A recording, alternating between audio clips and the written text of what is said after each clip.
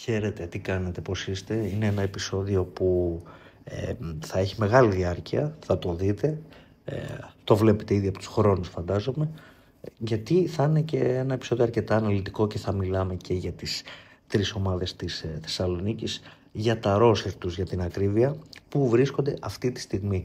Τι τους απομένει να κάνουν στο σχεδιασμό τους, πόσες μεταγραφές χρειάζεται κάθε μία, θα τα βάλουμε λίγο κάτω. Πιο πολύ θα είναι η γνώμη μου συν κάποιες πληροφορίες που μπορεί να έχουμε για την κάθε ομάδα, πώς θα κινηθεί από εδώ και στο εξής. Άρης, ΠΑΟΚ και Ηρακλής που βρίσκονται αυτή τη στιγμή μεταγραφικά. Κάποιοι έχουν τελειώσει, κάποιοι βρίσκονται κοντά στο να τελειώσουν, σε κάποιους μένουν λεπτομέρειες. Θα τα βάλουμε όλα κάτω, θα τα πούμε αναλυτικά.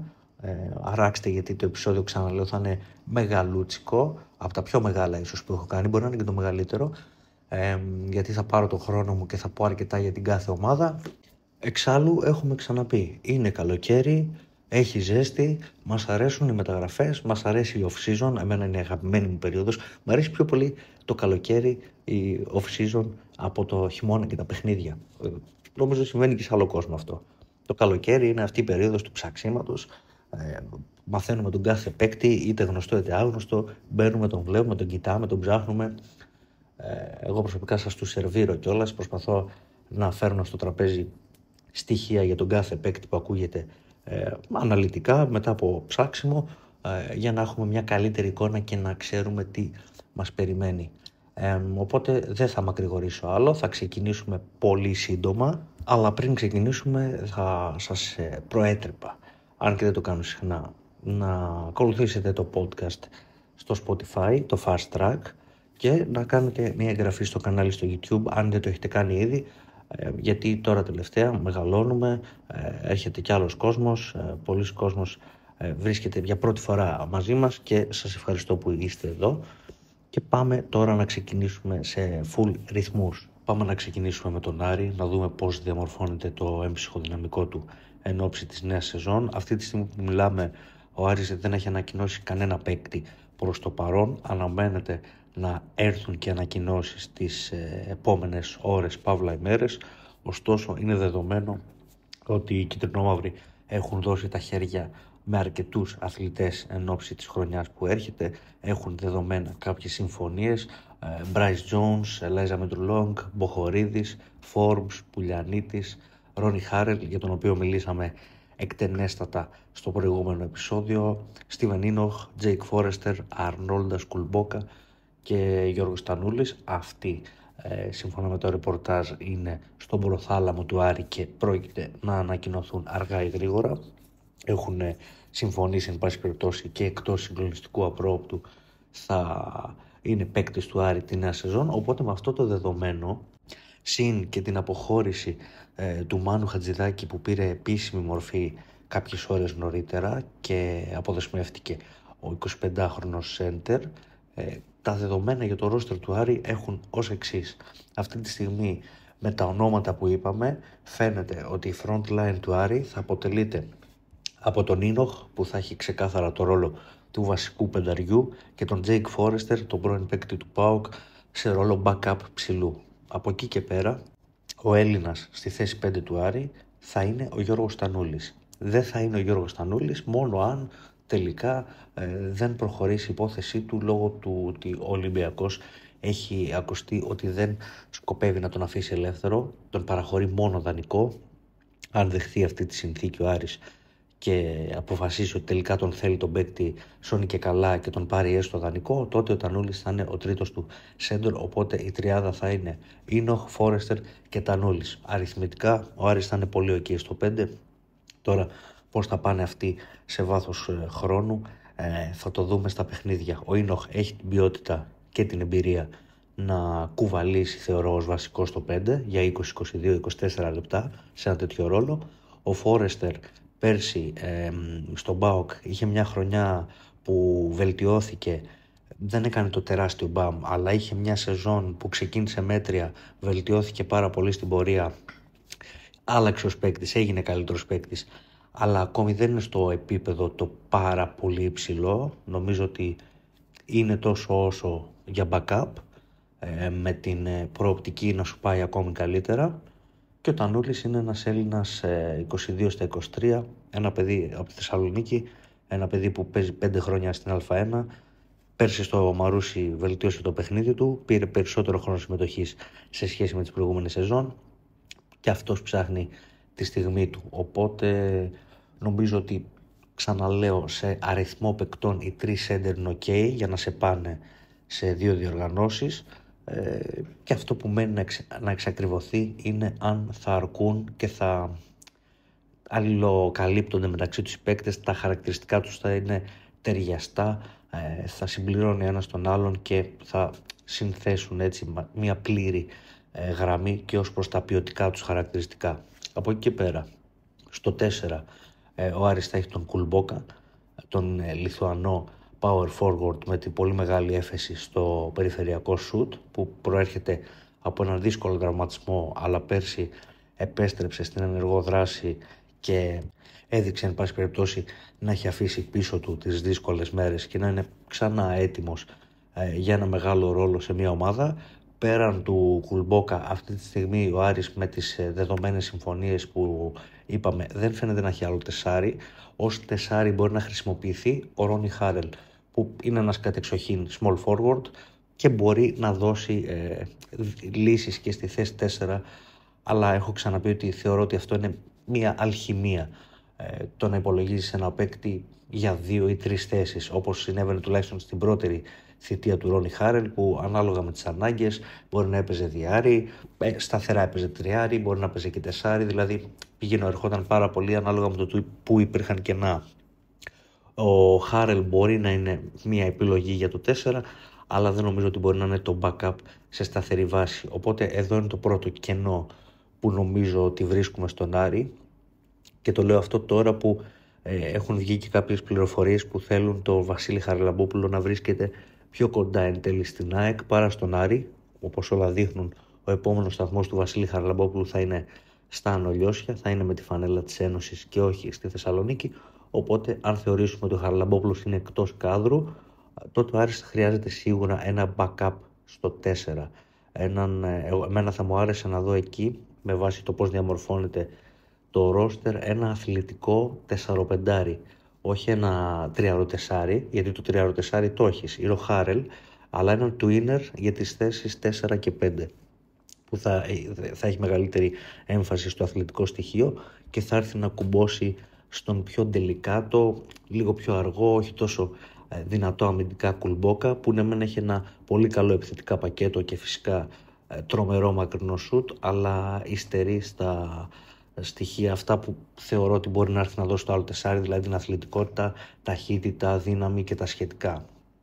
Από εκεί και πέρα, στο 3 είναι δεδομένο ότι τη θέση θα την πάρει ο Χάρελ, και με βοήθειες τώρα από εκεί και πέρα θα δούμε τι και πώς θα καλυφθεί, θα δούμε αν θα υπάρξει κάποιος άλλος παίκτης για τη θέση 3, με δεδομένο ότι δεν ξέρω ακριβώς ο Κάρετζιτς πόσο συχνά θα πηγαίνει σε σχήματα με 3 περιφερειακούς. Έτσι όπως φαίνεται να αποκτά μια μορφή το ρόστερ, με τον Forbes και τον Jones ας πούμε σε ρόλο 2-1, δηλαδή playmaker τον Jones, τον Bryce Jones, και διάρρη τον Bryn Forbes ας πούμε στη βασική εκδοχή του σχήματος, και τον Χάρελ τριάρι.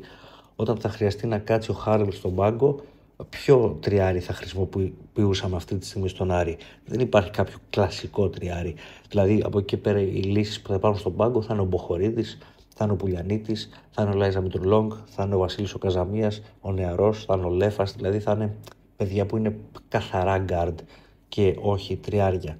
Ο μόνος που θα μπορούσε λόγω ύψους και κορμιού και λοιπά να παίξει έναν ως επιτοπλίστων αμυντικό ρόλο στο 3 είναι ο Λευτέρης Μποχορίδης. Κανένας άλλος. Οπότε πίσω από τον Χάρελ ίσως κάτι να χρειάζεται. Κάτι ακόμη.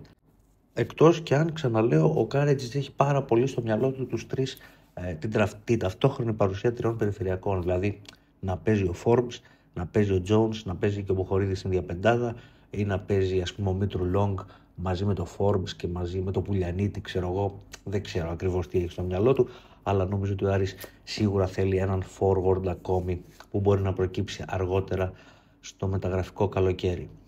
Οπότε φτάσαμε με τούτα και με εκείνα στο backcourt του Άρη, το οποίο περιλαμβάνει τον Jones στον άσο και τον Elijah Mitchell στη θέση 1, ως κατεξοχήν άσους θα έλεγα.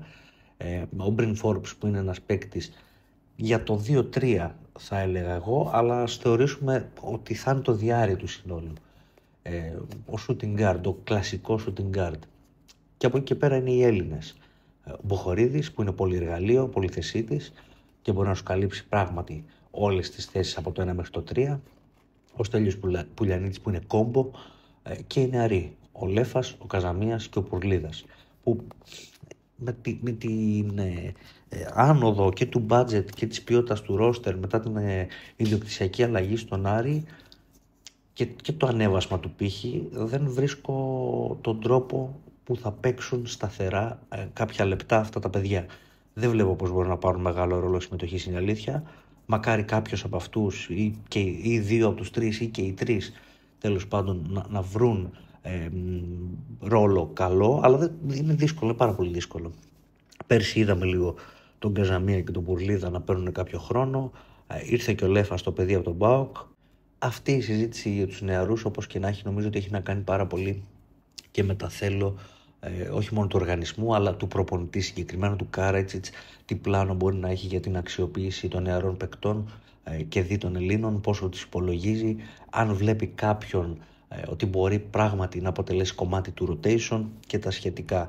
Οπότε για τον Άρη λίγο πολύ το κάδρο που διαμορφώνεται με τον Bryce Jones και τον Elijah Mitchell στον άσο, τον Forbes και τον Πουλιανίτη ας πούμε στο 2, τον Μποχορίδη, ένα παίκτη μπαλαντέρ για τις θέσεις από το 1 μέχρι το 3, τον Ρόνι Χάρελ ως βασικό τριάρι, τον Κουλμπόκα ως βασικό τεσάρι και τους Ίνοχ, Φόρεστερ και πιθανότατα και τον Τανούλη στη θέση 5, ο Άρης φαίνεται να έχει μία δεκάδα παικτών αυτή τη στιγμή, πλάς τους τρεις νεαρούς, οπότε τα κενά που μου προκύπτουν εμένα είναι 2 και αφορούν τους forward. Εγώ ότι θα έπαιρνα, αν ήμουν GM, δεν είμαι GM, αλλά επειδή η κουβέντα είναι καθαρά θεωρητική και γίνεται σε ένα podcast δικό μου, που λέω την άποψή μου κυρίως, εγώ θα έπαιρνα ένα αθλητικό 4-5, δεν θα με ενδιαφέρει τόσο αν θα μπορεί να σουτάρει από μακριά την μπάλα με την παρουσία του Κουλμπόκα να καλύπτει full αυτό το κουτάκι, αλλά και το potential που έχει ο Τανούλης, που ναι μεν πέρσι στο πρωτάθλημα είχε μόνο 12 εκτελεσμένα τρίποντα, αλλά μπορεί εφόσον αναπτύξει το παιχνίδι του να προσθέσει κι άλλο το μακρινό σουτ σε αυτό. Ο Ίνοχ έχει κι αυτός μακρινό σουτ, έχει τρίποντα, όχι πάρα πολλά, αλλά υπάρχει σαν στοιχείο. Από εκεί πέρα είναι πόσο θα θελήσει και ο Κάρατσιτς να αξιοποιήσει αυτά τα χαρακτηριστικά των συγκεκριμένων παικτών. Οπότε νομίζω ότι ο Άρης θα ήθελε εκεί ένα 4-5 που θα είναι καθαρά ένα έξτρα κορμί, ένα δυνατό παιδί. Θα το παρομοίαζα το προφίλ αυτού του παίκτη με τον Σανόγκο που είχε ο Άρης πριν από μια διετία. Δεν θα έλεγα ότι θα έπρεπε να είναι ο ίδιος ο Σανόγκο. Μου το έχετε γράψει κάποιοι σε σχόλια ότι επιστροφή του Σανόγκο και λοιπά, τώρα που είναι καλύτερες οι συνθήκες. Είχα ξαναπεί όταν αποχώρησε ο Σανόγκο ότι θεωρώ ότι είχε κάνει τον κύκλο του στην ομάδα, βρήκε και περισσότερα χρήματα, έπιασε το ταβάνι του στον Άρη, οπότε ήταν ένας κύκλος που έκλεισε, καλός ή κακός, αλλά το πώς έπαιζε ο Σανόγκο και τα στοιχεία του ίσως δείχνουν την τωρινή ανάγκη του Άρη. Απλά ο Σανόγκο είχε και ένα καλό σουτάκι από μακριά. Δεν νομίζω ότι είναι προαπαιτούμενο αυτό, δηλαδή δεν πρέπει τον Άρη να τον εγκλωβίσει αυτό, το αν θα σουτάρει ο παίκτης ή όχι. Νομίζω θέλει καθαρά αθλητικότητα και θέλει ένα καλό fit δίπλα στον Κουλμπόκα, να του δίνει μια άλλη διάσταση στο παιχνίδι. Συν έναν παίκτη πίσω από τον Ρόνι Χάρελ. Αυτά νομίζω να πάρει ο Άρης ακόμη έξτρα και θα είναι κομπλέ σε πρώτη φάση. Από όσο μαθαίνουμε δεν υπάρχει διάθεση αυτή τη στιγμή που μιλάμε, δεν υπάρχει διάθεση. Σχετικό είναι αυτό, είναι ρευστά τα δεδομένα, πάντα η αγορά είναι δυναμική κατάσταση, μπορούν να μεταβάλλονται τα δεδομένα, οπότε μιλάμε καθαρά για το τώρα, ότι δεν υπάρχει πρόθεση να πάρει 7ο ξένο Άρης στην παρούσα φάση. Αυτό μπορεί να είναι και μια στρατηγική επιλογή, δηλαδή να ξεκινήσει τη σεζόν με τους 6 να παίξεις τα πρώτα παιχνίδια και να δεις που έχεις μεγαλύτερη ανάγκη. Τι χρειάζεσαι πιο πολύ, χρειάζεσαι κοντό, χρειάζεσαι ψηλό, τι θες τέλος πάντων, και να πας τότε να το πάρεις. Εν τω μεταξύ να έχουν υπάρξει, ξέρω εγώ, στην Ευρώπη και κάποιες πρώτες ανακατατάξεις, π.χ. ένας παίκτης να πάει κάπου να μην πιάσει, να μείνει μετά τον πρώτο μήνα ελεύθερος, φερρυπίν, και να πας τότε να τον πάρεις κλπ. Οπότε αν ο Άρης ξεκινούσε έτσι, με 6 ξένους συν τους Έλληνες του, νομίζω ότι θα ήταν ok.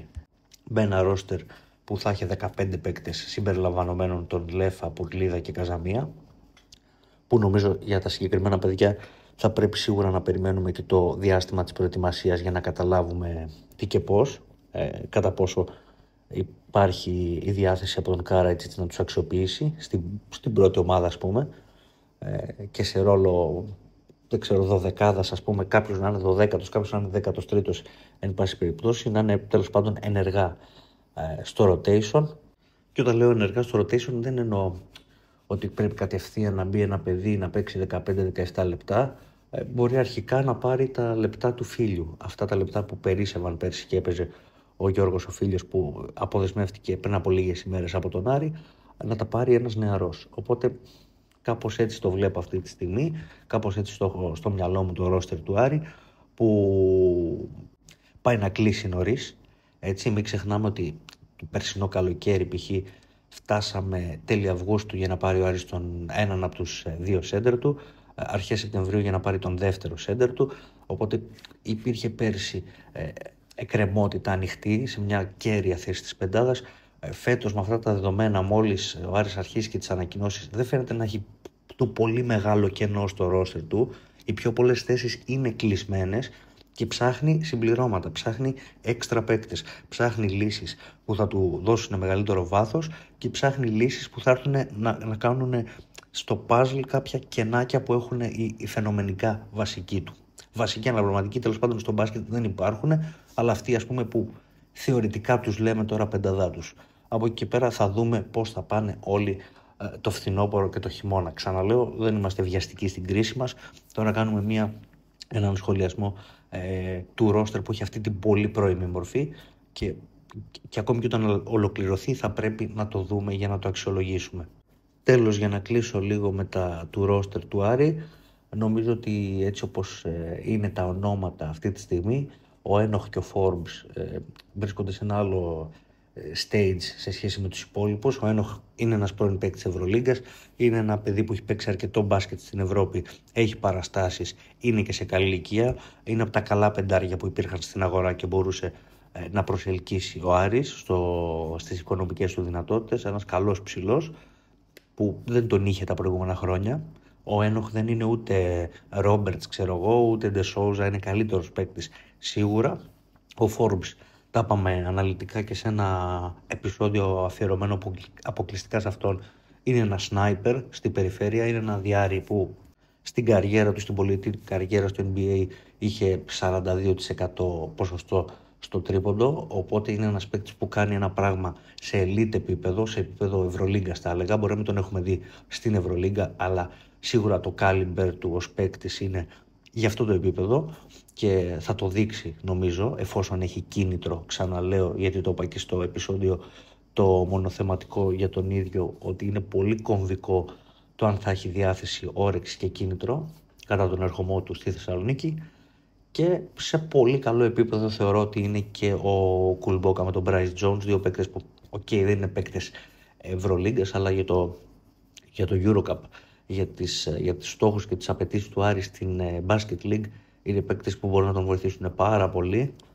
Αποδεδειγμένα πολύ καλός και ο Χάρελ, αποδεδειγμένα πολύ έμπειρος παίκτης και πολύ σχηδής και με μεγάλη προσφορά στην ομάδα, και ο Λευτέρης Μποχορίδης, που έχω πει και για τον ίδιο ότι σε ένα ρόστερ πιο πλήρες, πιο γεμάτο, πιο ποιοτικό, να αποτελεί κομμάτι και ο Μποχορίδης δίπλα σε καλές μονάδες, θα τον βοηθήσει πολύ, θεωρώ, και τον ίδιο, και θα μπορέσει να έχει την συνέπεια που ίσως δεν είχε την προηγούμενη διετία και είχε περισσότερο κάποια μεμονωμένα παιχνίδια, κάποιες εκλάμψεις, αλλά όχι πολύ μεγάλη σταθερότητα.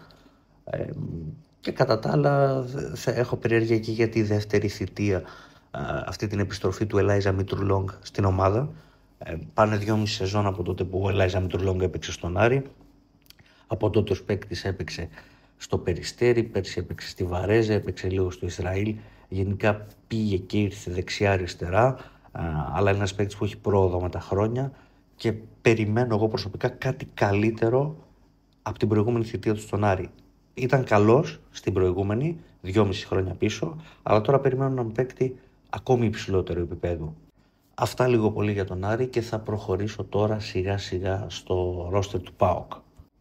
Με τον Δικέφαλο επίσης αυτή τη στιγμή που μιλάμε να έχει αρκετά προχωρημένο το σχεδιασμό του, να βρίσκεται σε ένα πολύ καλό επίπεδο το ρόστερ του, τουλάχιστον αριθμητικά έχουν γεμίσει οι περισσότερες θέσεις, με τον ΠΑΟΚ να έχει αποκτήσει το Steven Brown για άσο, το KJ Jackson για διάρρη, τον Cleveland Melvin στη θέση 4 να έχει επαναφέρει μετά από 3,5 χρόνια τον Marvin Jones στο παλατάκι και από εκεί και πέρα από Έλληνες να έχει πάρει τον να έχει κρατήσει μάλλον από πέρσι τον Νίκο Περσίδη, να έχει επαναφέρει τους Αντώνη Κόνιαρη και Θόδωρο Ζάρα μετά από 6 χρόνια και οι δύο επέστρεψαν στο Δικέφαλο, αλλά και ακόμη μια επιστροφή αυτή του Διαμαντή Σλαφτσάκη, ενώ φυσικά έχετε ακούσει όλοι τις τελευταίες ημέρες και το ενδιαφέρον του ΠΑΟΚ για τον Γιώργο Φίλιο, που αυτή τη στιγμή φαντάζει ως ο επικρατέστερος προορισμός του Φίλιου για να συνεχίσει την καριέρα του ΠΑΟΚ, να πάει λίγο πιο ανατολικά στο παλατάκι και να εμπλουτίσει ακόμη περισσότερο την ασπρόμαυρη περιφέρεια, με τον κορμό των γηγενών του ΠΑΟΚ να έχει και τον Κωνσταντίνο Ιατρίδη, που παρέλειψα να τον αναφέρω και είναι ακόμη μία λύση για το 4-5 του Δικεφάλου, κυρίως για το 4 με βάση τα όσα είδαμε πέρσι. Τέλος πάντων, ο Γιούρις Ντόβιτς δεν έχει πάρα πολλά πράγματα που μένει να κάνουν ακόμη για να κλείσει το ρόστερ. 23 Ιουλίου γράφουμε αυτό το επεισόδιο και νομίζω ότι είναι καλά για την εποχή ο ΠΑΟΚ. Πλέον θεωρώ κάτι που ισχύει και για τις δύο ομάδες βασικά, για τον Άρη και τον ΠΑΟΚ. Για τον Ηρακλή θα τα πούμε στη συνέχεια, αλλά ο Ηρακλής έχει κλείσει το ρόστερ. Αλλά ο Άρης και ο ΠΑΟΚ πλέον στη φάση που βρίσκονται και με το timing αυτό, 23 Ιουλίου, θεωρώ ότι έχουν σύμμαχο το χρόνο. Έχουν χρόνο να ψάξουν προσεκτικά και μεθοδικά τις συμπληρωματικές κινήσεις που απομένουν να κάνουν στο ρόστερ του. Όσον αφορά τον ΠΑΟΚ, οι κινήσεις δεν είναι τόσο συμπληρωματικές, καθώς η μία αφορά βασικό τριάρι που αναζητά ο Δικέφαλος και η άλλη, που είναι πάρα πολύ σημαντική επίσης, είναι το backup πίσω από τον Marvin Jones, εκεί όπου υπάρχει φημολογία το τελευταίο διάστημα ότι ο ΠΑΟΚ έχει στραφεί ξανά στη λύση του Άψον. Θα τον ήθελε για δεύτερη συνεχόμενη χρονιά στο παλατάκι. Χάλασε μάλιστα η υπόθεση του με την Βαρέζε που συζητούσε. Η Βαρέζε πήρε το Ρένφρο, έναν παλιό παίκτη του ΠΑΟΚ, οπότε είναι εκτός κάδρου για την Ιταλική ομάδα του Γιάννη Καστρίτη ο Άψον, και μοιραία η συζήτηση γυρνάει και πάλι στον ΠΑΟΚ ότι ο Άψον θα μπορούσε να έχει και πάλι μια νέα προσέγγιση από το Δικέφαλο και εν τέλει να συμφωνήσει και να επιστρέψει για μια δεύτερη σεζόν στο παλατάκι. Τέλος πάντων, πάμε να τα βάλουμε λίγο κάτω, να δούμε ο ΠΑΟΚ πώς φτιάχνει αυτή τη στιγμή το υλικό του.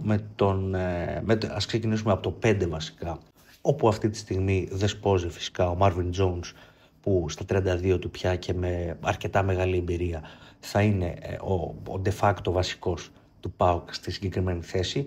Δεν νομίζω ότι τίθεται θέμα, γιατί ο Marvin Jones είναι ένας παίκτης που και ποιοτικά έχει αποδείξει ότι μπορεί να υποστηρίξει αυτό το ρόλο. Εξάλλου τη χρονιά που ήταν στο Δικέφαλο και αποχώρησε τον Μάρτιο του 2022 για το Πουέρτο Ρίκο, τότε ως εκείνο το σημείο της αποχώρησής του ήταν ο καλύτερος παίκτης του ΠΑΟΚ εκείνη τη χρονιά. Ένα παιδί που ξέρει πάρα πολύ καλά και το ελληνικό πρωτάθλημα, γιατί έχει παίξει και Κολοσσό και Προμηθέα και Χολαργό κλπ. Την έχει γυρίσει τη Λίγκα. Πέρσι έπαιζε στην ΑΣΕΜΠΕ, κατέκτησε το FIBA Europe Cup με την Bilbao, την αντίπαλο του ΠΑΟΚ στους τελικούς της διοργάνωσης. Οπότε είναι δεδομένο ότι ο Marvin Jones σε καλή κατάσταση, στη φόρμα του κτλ. Θα είναι αυτός που θα έχει τη φανέλα στο σπίτι του βασικού στο 5. Ωστόσο, αυτός που θα είναι πίσω του θα είναι ένα πολύ σημαντικό κομμάτι του puzzle για το Δικέφαλο, θεωρώ. Θα είναι ο παίκτης που θα δίνει ανάσες στον Jones και έναν τέτοιο ρόλο θα έχει λίγο πολύ και ο Σλαφτσάκης.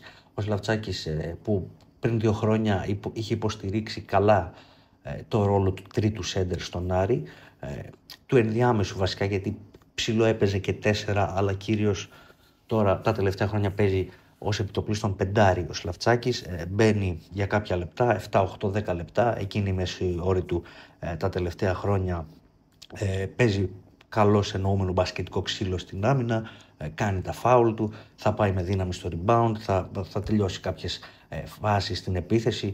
Μπορεί να σου δώσει συγκεκριμένα πράγματα, αλλά ξέρεις ότι στο ρόλο του και ως τρίτος ψηλός μπορεί να ανταποκριθεί. Οπότε το 5 του ΠΑΟΚ έχει ένα κενό αυτή τη στιγμή πίσω από Jones και μπροστά από Σλαφτσάκη, να το πούμε απλά, λείπει ο δεύτερος. Ο ΠΑΟΚ προφανώς αναζητά παίκτη, ο Σντόβτς εξετάζει επιλογές, αλλά ξαναλέω ότι σε όλη αυτή την ιστορία ο ΠΑΟΚ έχει σύμμαχο το χρόνο. Μπορεί αυτή η κίνηση να γίνει χωρίς βιασύνη, μπορεί να τσεκάρει αρκετές περιπτώσεις, μπορεί να πάει προσεκτικά για να κάνει την καλύτερη δυνατή επιλογή. Από εκεί και πέρα, κατεβαίνοντας λίγο πιο κάτω στο γήπεδο, τεσάρι βασικό του ΠΑΟΚ θα είναι ο Cleveland Melvin, ένας παίκτης που επίσης αντιμετώπισε πέρσι ο ΠΑΟΚ στο FIBA Europe Cup, καθώς έπαιζε στη Γαλλική τη Σολέ, έκανε την καλύτερη χρονιά της καριέρας του. Μιλήσαμε αρκετά και για τον Melvin σε προηγούμενο επεισόδιο στις αρχές του Ιουλίου. 34 ετών ο Melvin, έμπειρος παίκτης, προερχόμενος από καλή σεζόν στο γαλλικό πρωτάθλημα. Νομίζω θα είναι και αυτός ένας από τους κρίσιμους παίκτες στον καινούριο ΠΑΟΚ, παίκτης που θα το εξασφαλίσει αρκετό περιφερειακό παιχνίδι από το 4, με τον ΠΑΟΚ να καλείται να διαχειριστεί το τι θα κάνει όταν δεν θα είναι ο Μέλβιν στο παρκέ. Αφενός γιατί το παιδί δεν είναι και στην πρώτη του νιώτη, είναι 34 στα 35 ο Μέλβιν, πριν από ένα μήνα έκλεισε τα 34 και γενικά δεν είναι ένας αθλητής που είναι πάρα πολύ μαθημένος σε απαιτητικό πρόγραμμα αγώνων. Δηλαδή αυτό το 2 μάτς την εβδομάδα κλπ. Δεν το έχει περάσει πολύ στην καριέρα του. Οπότε νομίζω ότι είναι σημαντικό να δούμε πώς θα πάνε και οι έξτρα λύσεις του ΠΑΟΚ πίσω από το Μέλβιν.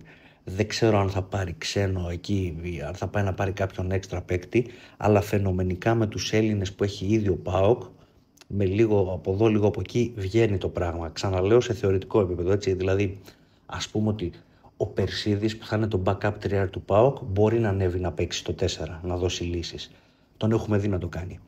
Ο Σλαφτσάκης μπορεί και αυτός υπό συνθήκη και λοιπά να κατέβει για λίγο, αν χρειαστεί να παίξει τεσάρι. Το ίδιο και ο Ιατρίδης, που είναι ένα τεσάρι που πέρσι δεν έδειξε ότι μπορεί να υποστηρίξει τον πολύ μεγάλο ρόλο. 5,3 λεπτά έπαιζε μεσόωρο στο πρωτάθλημα και 5,8 στο FIBA Europe Cup. Ήταν ένα παιδί που ήταν στο rotation του ΠΑΟΚ, αλλά ως επιτοπλίστων βοηθητικά, εντελώς επικουρικά. Οπότε νομίζω ότι λίγο πολύ αυτό θα συμβεί και του χρόνου. Άρα λοιπόν εδώ είναι ένα ωραίο ερώτημα τι θα κάνει ο ΠΑΟΚ πίσω από το Μέλβιν τώρα το καλοκαίρι, γιατί ξαναλέω θεωρητικά αν πούμε ότι ο Μέλβιν θα παίζει εκεί στα 26, 27, 28 λεπτά, μένουν 12 λεπτά και έχεις 3 παίκτες που λίγο ένας λίγο άλλος μπορεί να βγει με το ρολόι, αν το πάμε το rotation μπορεί να βγει, αλλά νομίζω ότι θα είναι η πρώτη υποψήφια θέση του ΠΑΟΚ, αν δεν πάρει τώρα παίκτη, να πάρει κάτι το χειμώνα όταν αρχίσει η χρονιά. Και νομίζω ότι εξαρτάται και όλο αυτό από το τι θα συμβεί με το backup πεντάρι του ΠΑΟΚ. Δηλαδή αν το backup του τελικά δεν είναι ο Άψον, ας πούμε, και είναι ένα 4-5, λογικά ο ΠΑΟΚ θα είναι ok, θα είναι καλυμμένος. Οπότε θα εξαρτηθεί λίγο πολύ και η μοίρα της θέσης 4 πίσω από τον Μέλβιν, από το τι θα είναι ο extra center που θα πάρει ο ΠΑΟΚ. Τώρα η θέση που σηκώνει τη μεγαλύτερη συζήτηση είναι το 3, γιατί υπάρχει το κενό, δεν έχει πάρει βασικό ο ΠΑΟΚ στο 3 ακόμη. Έχει, όπως είπαμε, τον Περσίδη ως λύση πίσω από αυτόν που θα έρθει, τον άγνωστο Χ. Εν δυνάμει μπορεί και ο Ζάρας να παίξει τριάρι.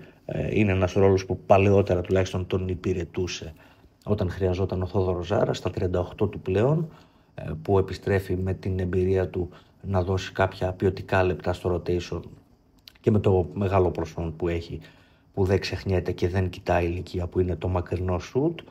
Οπότε ένα πολύ καλό ερώτημα ακόμη για το ασπρόμαυρο ρόστερ είναι τι θα συμβεί με το τριάρι. Ο ΠΑΟΚ και εδώ είναι μια θέση που βρίσκεται σε ένα σαφάρι, εξετάζει επιλογές, τσεκάρει παίκτες.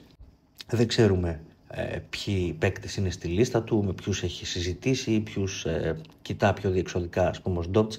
Δεν γνωρίζουμε κάτι από όλα αυτά στην παρούσα φάση και το πιθανότερο είναι πως απλά μια μέρα θα δούμε μια ανακοίνωση από τους ασπρόμαυρους ότι αποκτά τον τάδε και τότε θα μπορούμε να βγάλουμε ένα συμπέρασμα.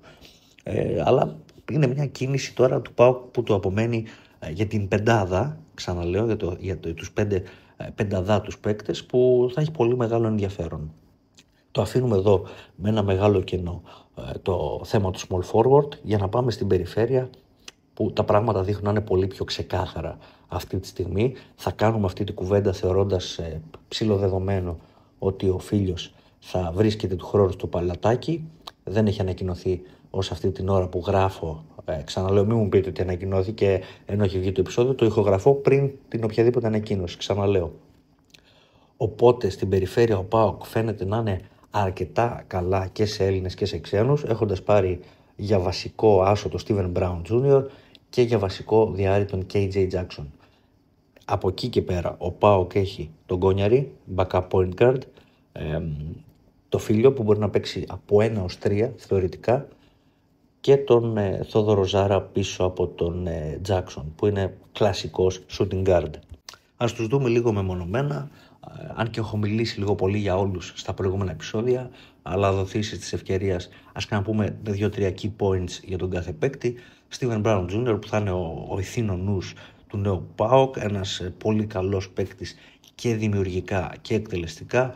Πέρσι είχε μια καλή σεζόν στην Τσεχία με την Νίμπουργκ, πήρε το πρωτάθλημα, είχε μέσο όρο 10 πόντους, είχε 6 assist που είναι πολύ σημαντικό νούμερο, έκανε και πάρα πολύ καλά play-off με 13 πόντους μέσο όρο και 5,6 assist, βοήθησε σημαντικά την ομάδα του στην κατάκτηση του πρωταθλήματος, έπαιξε και 16 ευρωπαϊκά παιχνίδια πέρσι με την Νίμπουργκ, οπότε είναι ένας παίκτης που βρίσκεται στα 28 του χρόνια σε πολύ παραγωγική φάση της καριέρας του, έχοντας μια καριέρα τα τελευταία χρόνια σε ανωδική πορεία με πολύ καλές σεζόν και στη Γερμανία, με την Gießen, με την Göttingen, με 2 ομάδες δηλαδή, στο γαλλικό πρωτάθλημα με την Φο και στην Πολωνία πριν την Νίμπουργκ με την Σπόνια. Οπότε ο ΠΑΟΚ ποντάρει στο ότι θα πάρει πολλά πράγματα από τον Steven Brown, έχει επιχειρήματα για να το πιστεύει αυτό, είναι ένας καλός παίκτης. Και είναι ένας παίκτης που έχω ξαναπεί ότι είναι σημαντικό ότι έρχεται και είναι έτοιμος, μπαίνει και παίζει. Δεν είναι περίπτωση Σαβάρ Reynolds, άσχετα αν ο Reynolds του βγήκε πάρα πολύ του ΠΑΟΚ. Όταν αποκτήθηκε κανείς δεν έβαζε το χέρι του στη φωτιά ότι ο Reynolds θα είναι αυτός που είναι. Το παιδί έπαιξε και το κέρδισε με την αξία του, αλλά όταν ξεκίναγε η χρονιά δεν υπήρχε η σιγουριά ότι θα τα πάει τόσο καλά. Με τον Brown δεν ισχύει το ίδιο. Ο ΠΑΟΚ και ο Σντόβτ συγκεκριμένα μπορεί να έχει ήσυχο το κεφάλι του. Είναι ένας παίκτης που έχει περπατήσει, έχει μια εμπειρία. Οπότε θεωρητικά ο ΠΑΟΚ με τον Brown αλλά και τον Κόνιαρη πίσω του θα είναι ok. Γιατί ο Brown θεωρώ ότι δεν θα αφήσει, αν πάνε όλα καλά και βγει, δεν θα αφήσει πάρα πολλά λεπτά πίσω του για αυτούς που θα έρχονται από τον πάγκο στο 1. Οπότε ο Κόνιαρης πιστεύω ότι στην αρχή τουλάχιστον θα κληθεί σε ένα περιορισμένο πλαίσιο χρονικά να δώσει πράγματα στο δικέφαλο, ξεκινώντας φυσικά από την άμυνα, που ο Κόνιαρης είναι ένα παιδί που πολύ συζητήσαμε το προηγούμενο διάστημα αν μπορεί να μπει στα παπούτσια του Κατσίβελη. Δεν νομίζω ότι μπορεί να μπει σε αυτά τα παπούτσια και να κάνει μια χρονιά σαν την περσινή που κάνει ο Δημήτρης Κατσίβελης, τόσο πληθωρική, τόσο γεμάτη και με τόσο πολύπλευρη προσφορά, αλλά σίγουρα μπορεί να δώσει πράγματα με βάση την άμυνα αλλά και την σοβαρότητα που πάντα έχει στο παιχνίδι του. Ξαναλέω ότι θα είναι ένα καλό case study για το Κόνιαρη το ότι θα ξεκινήσει θεωρητικά τη χρονιά χωρίς πάρα πολλά λεπτά αν ο Μπράουν είναι αυτός που περιμένουμε να είναι. Οπότε στον Άσο ο ΠΑΟΚ έχει πολύ ξεκάθαρο το τοπίο, ξεκάθαρο μοιάζει να είναι και στο διάρρη, καθώς ο KJ Jackson γυρίστε 2-3 επεισόδια πίσω, τα έχουμε πει πολύ αναλυτικά και για αυτόν. Είναι ένα παιδί που είναι στα 27 του, έχει ένα 87 ύψος, είχε πέρσι μια θαυμάσια σεζόν σε ατομικό επίπεδο με την Σοπρόν στο Ουγγρικό πρωτάθλημα, σχεδόν 17 πόντους μέσο όρο και 4,9 assist, με πολλά παιχνίδια, με εντυπωσιακές επιδόσεις στην επίθεση, με 30 λεπτά μέσο όρο συμμετοχής, σε ένα επίπεδο όμως πιο κάτω από το δικό μας. Έχει παίξει γενικότερα σε λιγότερο καλά πρωταθλήματα από το ελληνικό, έχει διακριθεί σχεδόν σε όλα, έχει παίξει στη Ρουμανία, έχει παίξει στη Φιλανδία, Α2 Γαλλίας, Δομινικανή Δημοκρατία. Ο ΠΑΟΚ είναι μια πρόκληση για την καριέρα του, είναι η καλύτερη μεταγραφή που έχει κάνει μέχρι στιγμής, προέρχεται από την καλύτερη σεζόν της καριέρας του, οπότε νομίζω ότι και οι δύο πλευρές αυτό που περιμένουν είναι την εκτόξευση τη νέα χρονιά. Ο δε KJ Jackson να επιβεβαιώσει ότι είναι ένας καλός παίκτης που αξίζει να βρεθεί σε ένα υψηλότερο stage σε σχέση με αυτό που βρισκόταν μέχρι τώρα στην καριέρα του και σε ένα πρωτάθλημα καλύτερο από τα προηγούμενα στα οποία έχει συμμετάσχει. Οπότε είναι λίγο στοίχημα, θεωρώ, η υπόθεσή του. Αν βγει, ο ΠΑΟΚ θα πάρει πάρα πολλά. Αν δεν βγει, ο ΠΑΟΚ θα ψάχνει παίκτη εκεί σίγουρα, γιατί δεν φαίνεται αυτή τη στιγμή, αν δεν του πάει καλά ο Τζάκσον, ότι υπάρχει άλλος περιφερειακός που μπορεί να δώσει αυτό το πολύ σκορ που προσδοκά να παίρνει ο ΠΑΟΚ από τον Τζάκσον. Αλλά νομίζω ότι είναι μια περίπτωση που αν πάει καλά, θα πάει καλά όλη τη χρονιά και θα ξεχάσει ο ΠΑΟΚ, ας πούμε, κατά κάποιο τρόπο τον Barkley, τουλάχιστον σε όγκο των όσων έδινε σε επίπεδο αριθμών. Ο Barkley ήταν ένας παίκτης που είχε και προσωπικότητα, είχε ηγετικότητα, ήταν έμπειρος παίκτης, ήταν αποδεδειγμένα υψηλού διαμετρήματος παίκτης. Ο ΠΑΟΚ δεν μπόρεσε να τον κρατήσει, τον έχασε, όπως έχουμε ξαναπεί, πήγε με πολύ περισσότερα χρήματα στην ΑΕΚ και μάλιστα με διετές συμβόλαιο. Ο ΠΑΟΚ παίρνει το ρίσκο του με τον KJ Jackson, αλλά ξαναλέω ότι είναι μια περίπτωση αρκετά ελκυστική. Αν του βγει θα είναι και value for money, νομίζω, και είσαι υποχρεωμένος να πάρει και κάποια ρίσκα. Ο KJ Jackson νομίζω ότι αυτή τη στιγμή είναι ένα από τα ρίσκα που παίρνει ο ΠΑΟΚ, με καλές πιθανότητες πάντως να πάει καλά, θα το πω, γιατί ο Steven Brown Jr., που λογικά αυτοί οι δύο θα είναι το ζευγάρι, έτσι, μην κοροϊδευόμαστε, ο Brown με τον Jackson θα ξεκινάνε τα παιχνίδια. Ο Brown είναι ένας παίκτης που μπορεί με τον τρόπο παιχνιδιού του να απελευθερώσει το shooting guard, τον παρτενέρ του, μπορεί να υπομειστεί πλήρως το κατέβασμα της μπάλας, τη δημιουργία, την οργάνωση του παιχνιδιού, την καθοδήγηση της πεντάδας, οπότε να απελευθερώσει πλήρως το διάρρη, να επικεντρωθεί σε καθαρά εκτελεστικά καθήκοντα. Ο Τζάκσον, αν έχει αυτή την ηρεμία από τον Brown, πιστεύω ότι θα τα πάει καλά. Από εκεί και πέρα είναι και θέμα φόρμας, θέμα ημέρας και γενικότερα κατάσταση του παίκτη. Αλλά η συνθήκη να πάει καλά ο Τζάκσον υπάρχει. Με κάποιες βοήθειες από το backup που λέγεται Θόδωρος Ζάρας, που νομίζω ότι ο Ζάρας όσα χρόνια και να περάσουν θα μπαίνει εκεί 10-12 λεπτά, θα παίρνει 3 σουτάκια, θα βάζει το 1, θα βάζει τα 2, ξέρω εγώ, και θα σου δίνει πράγματα τουλάχιστον στο μακρινό σουτ. Οπότε και για τον ΠΑΟΚ αυτό είναι λίγο πολύ το κάδρο αυτή τη στιγμή. Υπάρχουν δύο εκκρεμότητες σημαντικές, αλλά κατά τα άλλα είναι σε ένα 80-85% το ρόστερ του. Δεν μπορεί να υπάρχει παράπονο. Νομίζω ο σχεδιασμός έχει πάει καλά αυτή τη στιγμή και απομένουν δύο κινήσεις ξένων. Η μία πάρα πολύ κομβική του τριαριού και θα καθορίσει και πράγματα, θεωρώ, ως προς και τη δυναμική της ομάδας. Η δεύτερη επίσης πολύ σημαντική, αλλά επειδή υπάρχει ο Marvin Jones, δεν την βάζω στην ίδια βαρύτητα με αυτή του βασικού τριαριού. Μιλάω φυσικά για τον backup πεντάρι και βλέπουμε. Αυτά και για τον ΠΑΟΚ. Και περνάω για το κλείσιμο στον Ηρακλή. Στον Ηρακλή που έχει τον Γιώργο Σιγάλα προπονητή, τον οδήγησε πέρσι ο coach, ο Ράμπο του ελληνικού μπάσκετ, όπως τον λέγανε παλιά τα χρόνια που έπαιζε. Τον οδήγησε στην άνοδο από την Elite League στην Basket League. Μετά από 3 χρόνια ο γυραιός είναι και πάλι στα σαλόνια, φιλόδοξος, με όρεξη να τα πάει καλά. Αποτυπώνεται όλο αυτό και στον πολύ πολύ καλό σχεδιασμό που έκανε ο Ηρακλής. Ο Ηρακλής έκλεισε το ρόστερ του πάρα πολύ νωρίς και αυτό σίγουρα είναι στα θετικά της off-season του γυραιού. Όταν έχεις 20 Ιουλίου συμπληρωμένο το ρόστερ σου, κάτι έχεις κάνει καλά. Μου δείχνει εμένα αυτό σίγουρα ότι υπήρχε στόχευση, ξεκάθαρη στόχευση σε περιπτώσεις παικτών και υπήρχε και αποτελεσματικότητα. Γιατί προφανώς κάποιες διαπραγματεύσεις πήγανε και γρήγορα, πήγαν ομαλά, πήγαν όλα καλά και έκλεισαν οι παίκτες στην ώρα τους. Οπότε ο Ηρακλής πλέον ουσιαστικά μετρά αντίστροφα για την έναρξη της προετοιμασίας του, τα φιλικά του και ακολούθως να μπει στη νέα σεζόν με το καλό και με πολλά όνειρα να τα πάει καλά. Ο Ηρακλής, για τον οποίο έχουμε αναφερθεί πολύ στα τελευταία επεισόδια, είχα κάνει μάλιστα ένα αποκλειστικά για τους ξένους του. Στο προηγούμενο μίλησα συγκεκριμένα για τον Κάιλ Φώστερ σε ένα από τα αμέσως προηγούμενα, όχι αμέσως, λίγο καιρό πριν τέλος πάντων, για όλους τους υπόλοιπους ξένους, οπότε μπορείτε να τα βρείτε αν θέλετε πιο συμπυκνωμένη πληροφορία.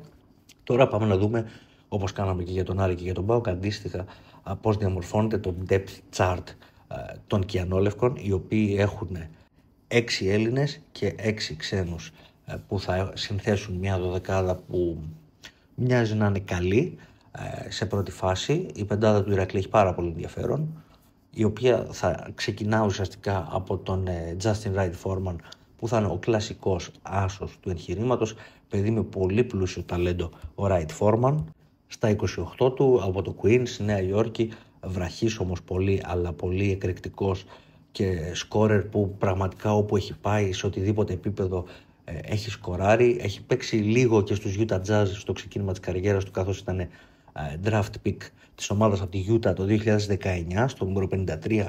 Έπαιξε λίγο, πιο πολύ στη G League, αλλά πέρασε από πολλές ομάδες όλα αυτά τα χρόνια. Πήγε και πέρα από το αναπτυξιακό πρωτάθλημα, πήγε πέρσι στο Κατάρ, έχει παίξει στην Ιταλία με την Πέζαρο, στην Τουρκία με την Πετκίν, έχει παίξει Γαλλία με τη Ροάν, γενικά έχει γυρίσει τον κόσμο, Κίνα επίσης. Οπότε παίκτης που έχει βγει και πρώτο σκόρερ στον Καναδά 2 φορές, σε αδύναμο πρωτάθλημα μεν, αλλά ο τύπος όπου έχει πάει έχει βάλει την μπάλα στο καλάθι, έχει προσφέρει και δημιουργικά στις ομάδες του. Έχουν ακουστεί κάποια έτσι πραγματάκια λίγο πολύ για το χαρακτήρα του, αλλά νομίζω ότι αυτό είναι και θέμα της ικανότητας ενός κλαμπ να μπορεί να κρατά ένα παίκτη χαμηλά σε τέτοια θέματα και να τον κοντρολάρει. Οπότε αν υπάρχει ένα στοίχημα με την περίπτωση του Wright Foreman είναι αυτό, αλλά νομίζω ότι έχει όλα τα φόντα για να πάει πολύ καλά και να είναι ένας από τους καλύτερους point στο καινούριο ελληνικό πρωτάθλημα.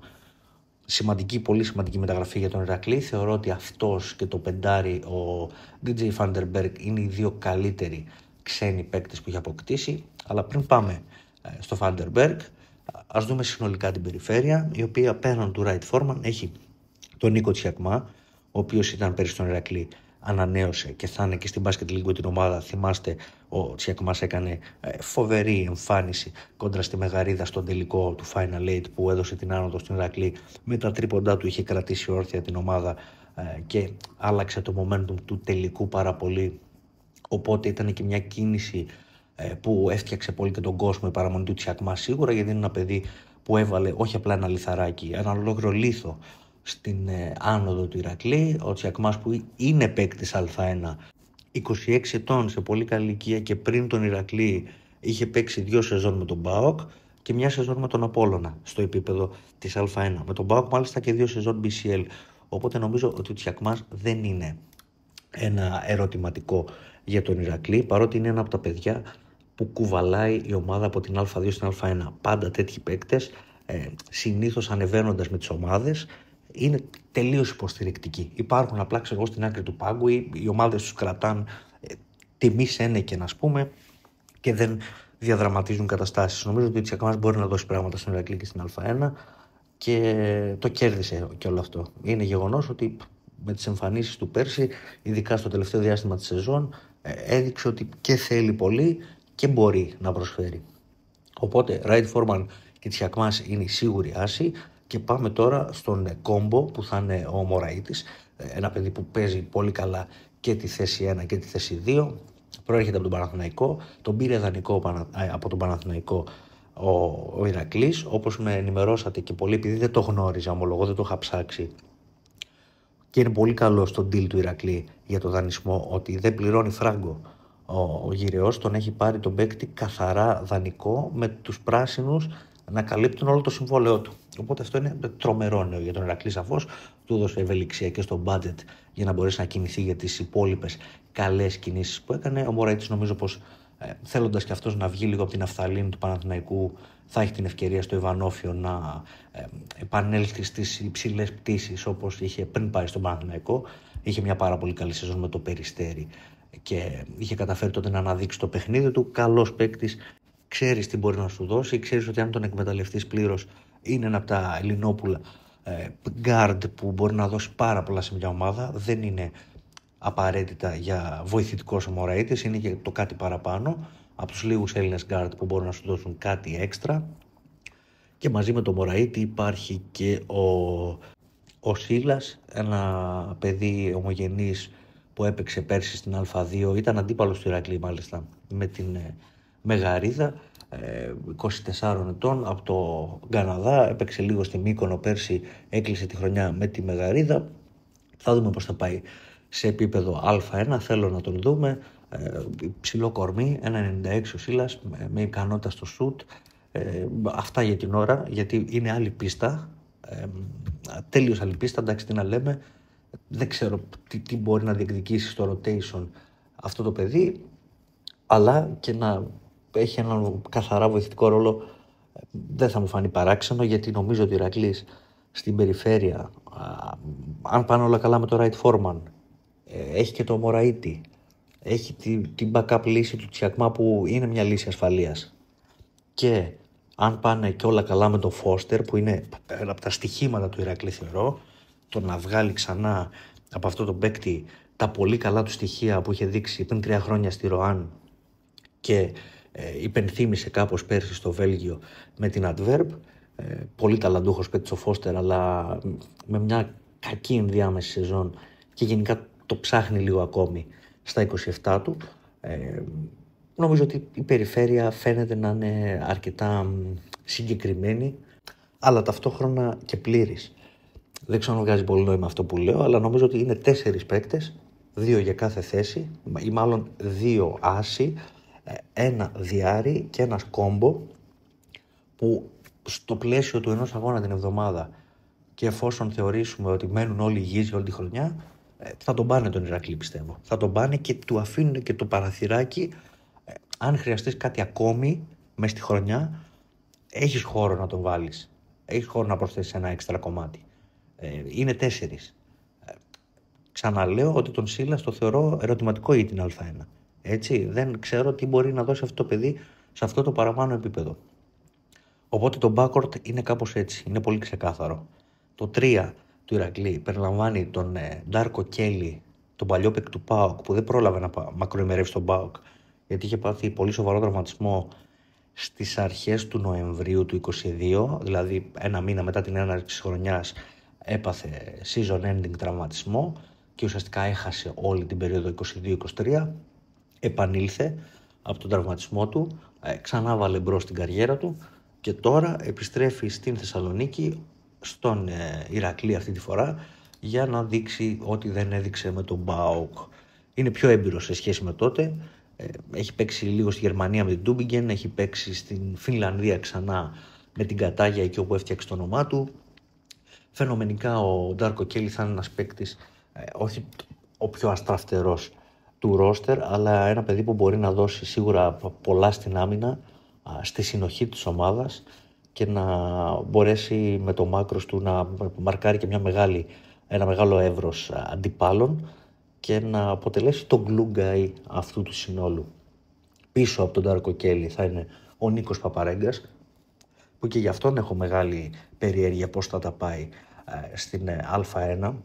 Απλώς ο Παπαρέγκας θεωρώ ότι επειδή είναι ένας πολύ κλασικός και established Α2 παίκτης και επειδή στα 31 του δίνεται πρώτη φορά η ευκαιρία να παίξει σε αυτό το επίπεδο της Α1, νομίζω ότι έχει πολύ μεγάλο κίνητρο. Είμαι σίγουρος ότι θα το παλέψει πολύ, θα προσπαθήσει. Είναι σουτέρ.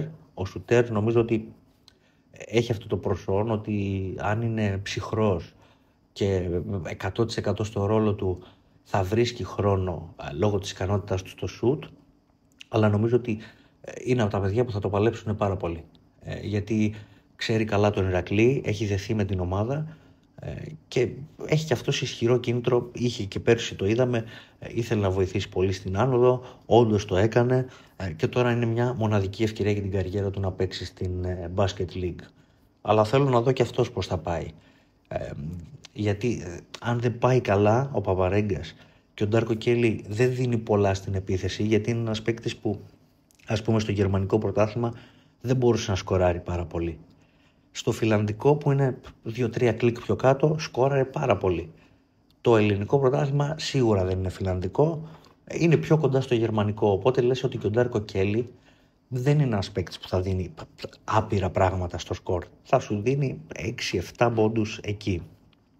Οπότε έχω την περιέργεια να δω τι θα παίρνει ο Ηρακλής από τα τριάρια. Συνολικά θα έχει ενδιαφέρον αυτό να το δούμε και αν μπορεί να καλυφθεί αυτό το πιθανό έλλειμμα σε πόντους από τις υπόλοιπες θέσεις, που νομίζω ότι μπορεί, γιατί στους ψηλούς ο Ηρακλής έχει δύο παίκτες που μπορούν σίγουρα να βάλουν την μπάλα στο καλάθι. Τεσάρι είναι ο Σμιθ και πεντάρι ο Φάντερμπεργκ, δύο παίκτες που διαφορετικές καριέρες, διαφορετικό διαμέτρημα ο καθένας, αλλά και οι δύο από παραγωγικές χρονιές σίγουρα και με δεδομένη επιθετική ικανότητα.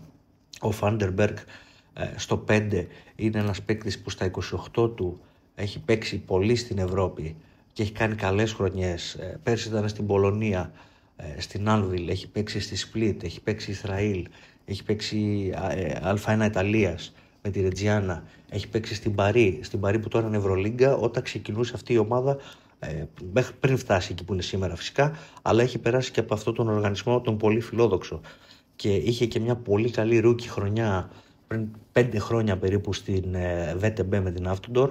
Είναι ένας παίκτης 28 ετών, ψηλός, πολύ ικανός και επιθετικά αλλά και γενικά ένας από τους καλούς ψηλούς που κυκλοφορούσαν στην αγορά και μπορούσε να πάρει μια ελληνική ομάδα, ας πούμε.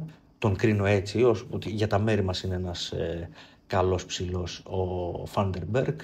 Δεν είναι ένα παιδί που, ας πούμε, είναι της Ευρωλίγκας, αλλά είναι ένας παίκτης που για όλες τις υπόλοιπες ευρωπαϊκές ομάδες είναι ένας αξιοπρεπέστατος ψηλός και που σίγουρα μπορεί να αποτελέσει σημείο αναφοράς για το παιχνίδι του Ηρακλή.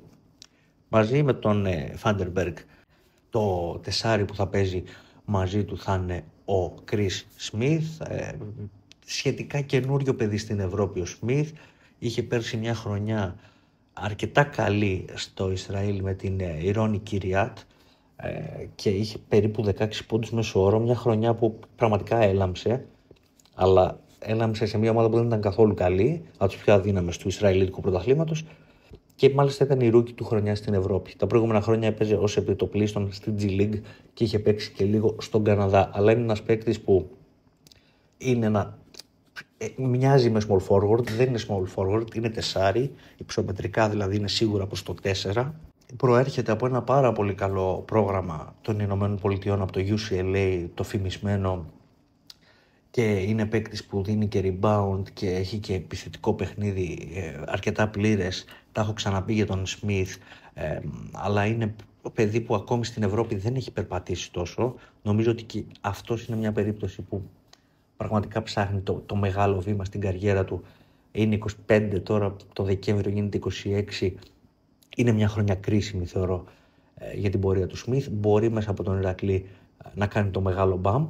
Πιστεύω θα έχει και αυτό το χώρο στο 4, γιατί θα την πάρει επόμου τη θέση αν πάνε όλα καλά. Πίσω του ο Smith έχει τον Κώστα Καμπουρίδη, ακόμη ένας παίκτης μάλλον από την Α2 που συνοδεύει τον Ηρακλή στην Α1.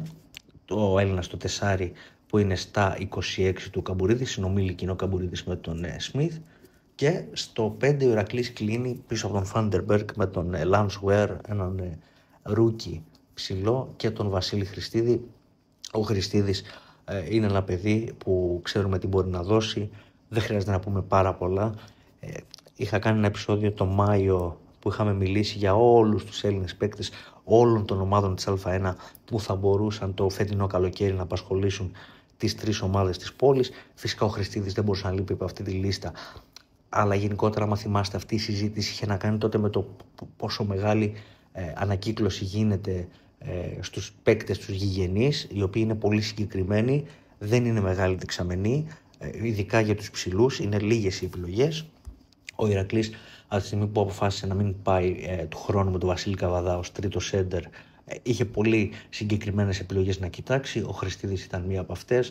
Ο Χριστίδης έχει παίξει στον ΠΑΟΚ, έχει παίξει στον Άρη, τώρα θα παίξει και στον Ηρακλή. Αυτό δείχνει ότι και οι λύσεις στην αγορά είναι πολύ περιορισμένες. Ο Χριστίδης έπαιξε πέρσι στην Καρδίτσα, έχει περάσει και από τον Ολυμπιακό σε επίπεδο, τότε ήταν Ολυμπιακός Β και έπαιζε στην Α2 και με την πρώτη ομάδα έκανε προπονήσεις, είχε παίξει σε κάποια φιλικά κλπ. Είναι ένα παιδί που εντάξει, ξέρεις τι μπορεί να κάνει και δεν χρειάζεται να περιμένεις τρελά πράγματα. Νομίζω θα είναι ένας παίκτης έξτρα στο rotation.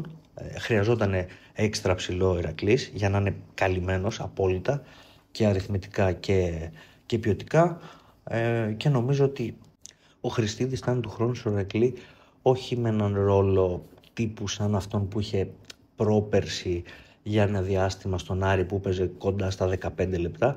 Θα είναι για πιο κάτω, θα είναι σαν το ρόλο που είχε την τελευταία διετία στην Καρδίτσα, που ήταν ένας παίκτης εκεί των 8-9 λεπτών και έδινε περίπου 3 πόντους και 2 rebound ανά παιχνίδι.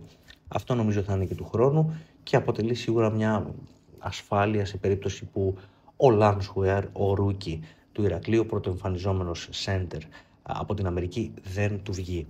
Ο Λάνσουερ, ο ψηλός από το Texas Arlington, που πέρσι είχε την καλύτερη του κολεγιακή χρονιά με σχεδόν 10 rebound μέσο όρο και 13,4 πόντους σε ένα 20 λεπτό συμμετοχής στο κολεγιακό πρωτάθλημα. Τα προηγούμενα χρόνια ήταν στο Κεντάκι και στο Βιλανόβα με μικρούς ρόλους. Είχε χρονιές στο πανεπιστημιακό πρωτάθλημα των ΗΠΑ που ακόμη και αν είχε προσόντα δεν φαινόντουσαν, γιατί δεν έπαιζε πάρα πολύ. Πέρσι κατάφερε να βρεθεί σε ένα πρόγραμμα που του δώσε μεγαλύτερη εμπιστοσύνη, μεγαλύτερο ρόλο και έδειξε πράγματι κάποιες πολύ καλές πτυχές στο παιχνίδι του.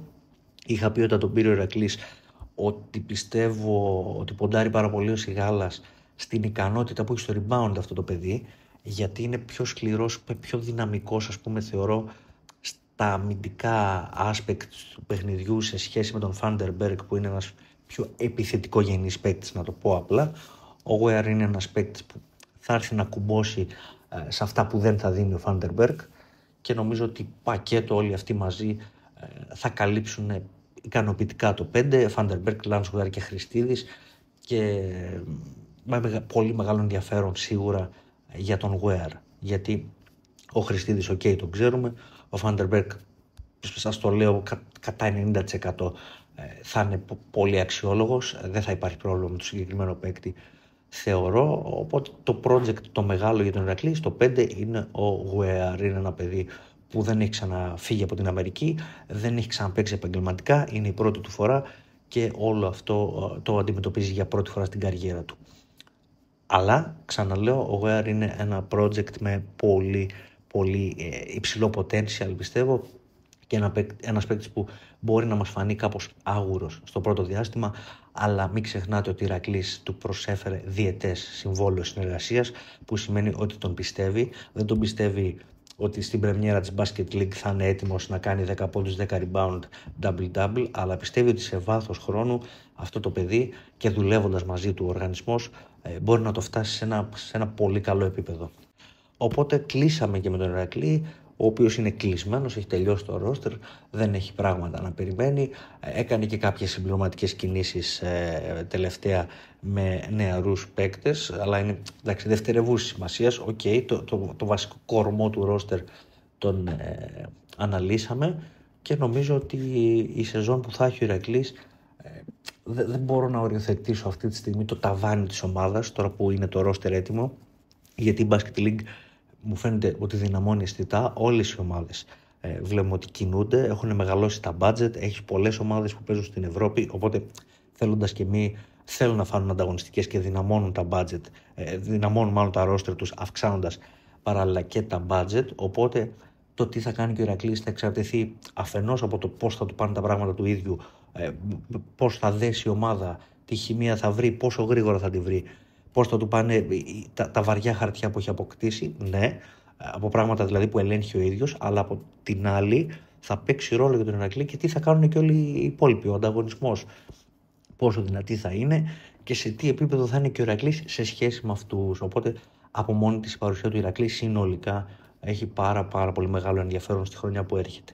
Αυτό ήταν το επεισόδιο το σημερινό, το οποίο είχε να κάνει με το depth chart, ας πούμε, για κάθε ομάδα, που βρίσκεται αυτή τη στιγμή και τι της λείπει για να κλείσει το roster της η κάθε μία. Βγήκε μεγαλούτσικο το επεισόδιο, είναι η αλήθεια, το ξέρω. Χαρά στο κουράγιο όσων το ακούσετε μέχρι το τέλος. Ευχαριστώ πάρα πολύ για τη στήριξη των τελευταίων ημερών, για τα σχόλιά σας, για τις προτάσεις, για τις ιδέες σας. Ακούτε τα επεισόδια και στο Spotify, ανεβαίνουν πλέον όλα και εκεί.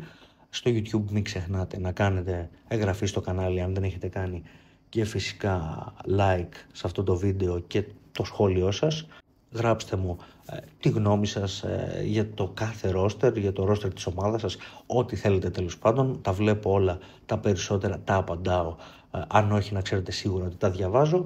Οπότε το κλείνω εδώ, τράβηξα αρκετά, μεγάλο επεισόδιο και τα ξαναλέμε λίγαν συντόμως με το επόμενο που νομίζω θα περιμένω κι εγώ λίγο τώρα να σκάσει κάτι της επικαιρότητας, να έχουμε κάτι καθαρά μεταγραφικό, ίσως κάτι καινούριο, κάτι που δεν έχουμε ξανακούσει για να σχολιάσουμε στο επόμενο επεισόδιο.